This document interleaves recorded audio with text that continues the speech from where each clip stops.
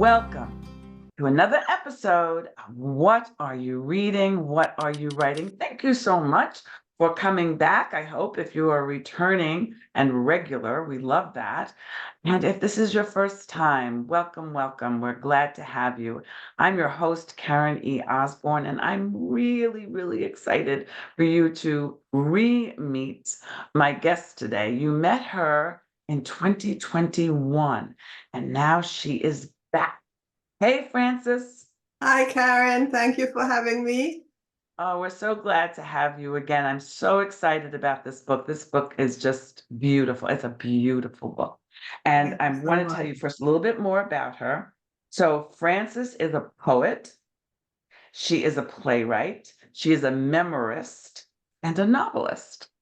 And as I say, you met her in 2021. And if you didn't, you can go back and watch that interview when she talks about her previous book, the one that specifically, it's The Spirit of Cloverleaf Park, which is a beautiful memoir. And she was, when we met her, she was telling us about this book. She told us that she was, I asked her, what are you working on? And she told us about this book, and here it is. So it's out, When Banana Stains Fade. It's a lyrical, heart-wrenching, I will say it, but in the end, hopeful, multi-generational story that will just keep you enthralled right to the very end. I had the privilege of reading this book uh, before it was published, and it's beautiful. And you're going to she's a And you literary helped me writer. so much to get Yeah. it right. But you really are. You're a literary writer, you're a lyrical writer. Anyway, I gush. So Thank you. show us. You're welcome. Show me the beautiful cover. Show everybody the Okay, cover. here we go. I hope you can see properly. Oh, It we can. Look at that. it has 3 fingers of green bananas and Yeah. banana leaf curled at the bottom of the page to capture the importance of the green banana in the story. Which you're going to tell us about in a minute. But first, before you tell us the significance of the cover, maybe you could just tell us the premise of the book. Well, the premise of the book is that despite the stains, hence the green banana, because the green banana stains, and they say that it can hardly ever come out. But despite the stains left by sociocultural factors, history, and errors repeated in families across generations, the human spirit is capable of remorse, forgiveness, and redemption. And all of that is what brings healing and wholeness, even to broken families. Yes, indeed. That is true. Um, we can heal, we can forgive, can't we? Yes, And overcome, and we can stop generational curses too, which we're right. gonna so you gave us a little hint about what the significance of the title is. Can you say just a little bit more about that? Right. So the story has one part of it because it spans different periods of history in Jamaica. And in one part of it, they're very poor. It's a very poor family living on a small banana field that they inherited from the British who left us after they took our sugar and our money from sugar. So the banana field represented the efforts of ex-slaves to make their own way after being freed, Mm. supposedly freed, because they had nothing really. So in this particular case, it's in a place called Rockabessa, which is a seaside town, and very, very poor. And the banana field was their way of making a living. The family faced a lot of challenges, of course, and the banana stain started to become like a curse, or they believed it was a curse. So it could not be overcome. Their difficulties would not be overcome because the banana stain represented this curse. And so it's a thread running through the story until someone resolves it and says, maybe there's a curse, maybe there's no curse. So it's the curse is related to the woes of the family. And the woes of the family are linked back to the banana stains. So the title then is actually a title of hope. It is, because it Right? doesn't say if banana stains fade, it says It when. says when, Yeah. when. Oh, yeah, that is, you know, as I did say, I did read the book, but that's the first time it hit me that the title is a title of hope. It is a title of hope, yes. There is a Yes. certainty in the word when, which would not be Which would there not be if there. it said if. Yeah, yeah, that's really good. So you write about this multi-generational family, you know, over time. Can you Mhm. can you tell us about uh, one of the women that is critical to the story and what you loved about her? Right, so the most important character in terms of threading the different eras together is the young girl, Zara's grandmother. Zara is the main character, but she's Mhm. a young woman growing up in the 70s and 80s.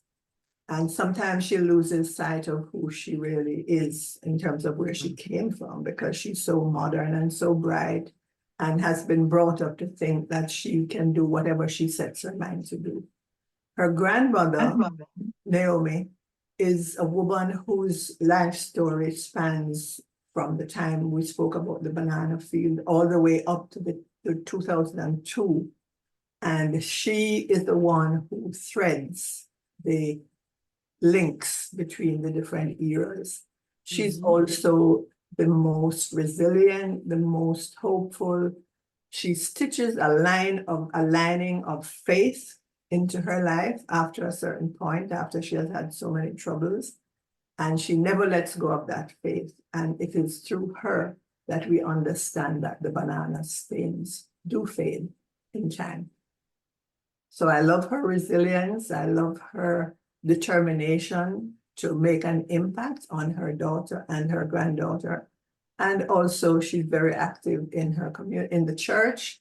And that's where she gets that faith and resilience That from. faith in it. Yeah. She's a Wow. typical Jamaican grandmother who, sees to the upbringing of the children. And sometimes the relationship with their own daughters are not that good, but the grandchildren make up for it. Yes, because it's so much easier to be a grandma Oh, than it tell is me to be a about that. mama. I can Tell me speak to that. about it. Yes, yeah, we know that now. We absolutely know that now. So the notion of generational curses, the notion of the stain being there through generations, is there something you want your readers to take away from that thread, that something that you want them to think or feel or consider? A few things really, because the stain exists within the context of social inequities, sociocultural misunderstandings. And all of this has to do with how they perceive themselves and how they perceive others. Because one part of Jamaica's history that we don't like to talk about, but which is very real, is the fact that we have a very rigid class system, and some of it is related to colorism. And Mhm. the original family in this story suffers great hardship and pain and estrangement because of colorism and the rejection of one child who was darker than the rest of the family. This child turned out to be Naomi's mother. And so Naomi has suffered through that, losing her mother at some point, and then facing her own struggles. So the whole idea of the stain and the ability to remove it, in my own mind, comes from, first of all, accepting that there are some myths in the society about what causes different things to happen. And whereas sometimes people say it was the devil that made it happen, in this case, it was a stain that made it happen. And until we put that out in the open and try to talk about it and come to terms with the fact that this may not be the explanation, and in most cases, if it's not, then the cycle seems to continue. And it continues through families. So it is in the family setting that we have to confront it and accept that we may be using it as an excuse and try to come to terms with what the real causes are, whether they be in the family or in the wider society, which in the case of Jamaica, both are true. Both, right? Both are true. Yeah, it's well, we keep things all hidden, secrets and lies, and don't face our own truths, don't look at ourselves in the mirror and face the truth. It just And it just plays out. It just keeps playing out one in character one's life. actually says, we won't talk about it and we won't go and get help because her grandmother told her, we don't wash our dirty linen in public. And that's a famous saying in Jamaica. If you talk about going outside of your family to share your hardships or your pain. It's very Caribbean, actually, Very because Caribbean. my husband's my wonderful mother-in-law, just an amazing woman, but that was her. You do not talk about. I mean, when I told her I was seeing a psychologist, she was horrified. She said, "You pay me, and you just tell me. We don't tell strangers." No, no, definitely not. No, because there's a problem with trust of other Yes. people, and even trust within families can be a problem. Mhm. So talking about things which should be kept secret is like 11th commandment. Yes. Yep. Exactly. As you know, a part of my True Grace is happens in Jamaica, Oh, yes. and Grace keeps her she's determined to keep those secrets. I remember Grace so well, but in the end, her strength and her resilience were something to see. Yeah, like a good Jamaican woman. Like a good Jamaican woman. But I don't know that it is only in the Caribbean or only in Jamaica, because I do feel that in other parts of the world, in all parts of the world, families have secrets, and the secrets wreak havoc on their relationships. And some face estrangement all their lives, and they never True. reconcile. It's true. Secrets always come with lies, because to keep it a secret, You you have to lie lie. about circumstances and lie about the And two things. who did what. Right. Yes, yes. So it's So maybe stains are not just peculiar to banana, and maybe they affect families everywhere. yeah, but it's a great visual, and it works so well on the cover. So you are a poet. I've had the pleasure of reading your poetry as well. Poetic side And of me must be really angry because I have neglected it so badly. so your poems are feeling unloved, right? You have to get back to it. Yeah, And I have to I get back. found that your sense of being a poet, actually you haven't neglected it, because it comes out in these beautiful lyrical sentences in your book. Like, you can tell that a poet has written these gorgeous, sumptuous sentences. One of the things, not but, period, one of the things you decided to do is to include Jamaican patois. Mhm. I just had a fascinating conversation with two Jamaican friends, because they went to see the Bob Marley movie. Right. And that's one of them, she lives in New York, and she said they had captions, the translation. Titles? Yes, so that Americans could understand the Jamaican in the movie. So anyway, that got me thinking about you. Mhm. And I thought, if you could, tell us a little bit about why you wanted to include the patois, what your thought process was there, what's the significance of it? Okay, well, first of all, the movie that I saw, the Bob Marley movie that I saw, had no subtitles. So Yeah, that's a I guess there surprise was to an me. option in New York. You could Oh, choose. okay. Yeah. Interesting. But anyway, this story of mine could not have been written without using Jamaican Creole, because even though it might be a little bit risky in terms of alienating a few persons who are unfamiliar with the language, it wasn't difficult for me to decide that I had to, because it would not have been authentic without it.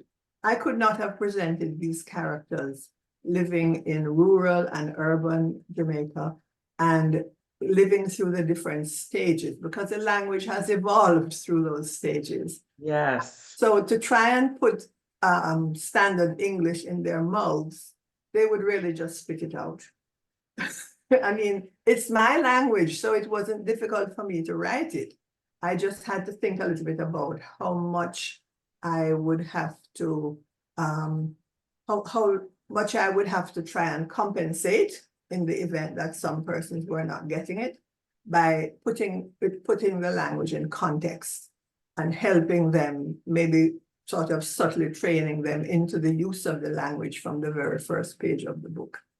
Yeah, it really works well. I think you came up with a beautiful balance. The balance was absolutely necessary. Yeah, it was really perfect. And and it's not, and I have to admit that I have Jamaican friends that I don't understand. I'll admit that because sometimes the accent is so heavy. But I found it easy to read your book. It was easy to know what's going on. Even when the patois, and I love it that your characters would spit it out. If you tried to put it in their mouth, your characters would Yes, have they would spit spit it it out. out. I love that. For sure, it would not Right? sit well with them. No, and our characters are real. They're real life Yes. people. And So I they could would just tell see, us what to say. They would not, they would yes, say, don't you write that. yes, I won't stand for it. No, they wouldn't stand for it. So are you working on anything now? Well, I am, this book has taken so much out of me. I really have to take a rest, Mm. but something is calling me. It's a family, but it may be a family that has been displaced overseas from Jamaica. So they're living abroad, but they are really pining for home, which I do all the time. So I'm familiar Yes. with that. Yes, expats. Yes. So the Misplaced last Jamaicans. displaced Jamaicans, yes. So last time we chatted, Mhm. and I asked you about books that you would recommend and books that you that had a really impact on you. You mentioned Virginia Woolf, the authors, Virginia Woolf and Gabriela Garcia. And I wondered if there was anybody else that had profound impact on your writing as a poet, as a novelist, as a memorist. As a poet, I have to call upon Lorna Goodison, the Jamaican poet who is well known all over the world, and Mervyn Morris, who is also well known. Well, he was my teacher at one point in creative Mm, writing, and she's just a friend who has really soared to the heights of poetry. So those are major influences. We were brought up on Shakespeare and Jane Austen and Charles mm. Dickens and those folks because our educational system is based on the British system. So I learned a lot from them, whether willingly or not. And I think I'm still influenced.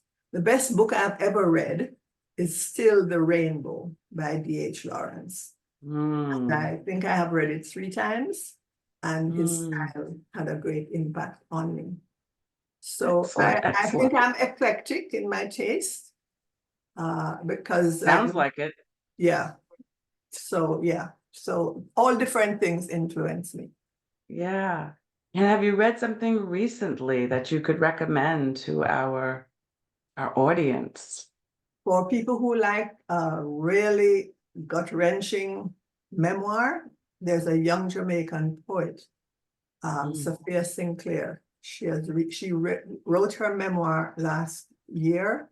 It's about how she was brought up as a member of the Rastafarian faith in Jamaica mm, and mm-hmm. the impact of that on her and how she had to break out of it to become who she is now.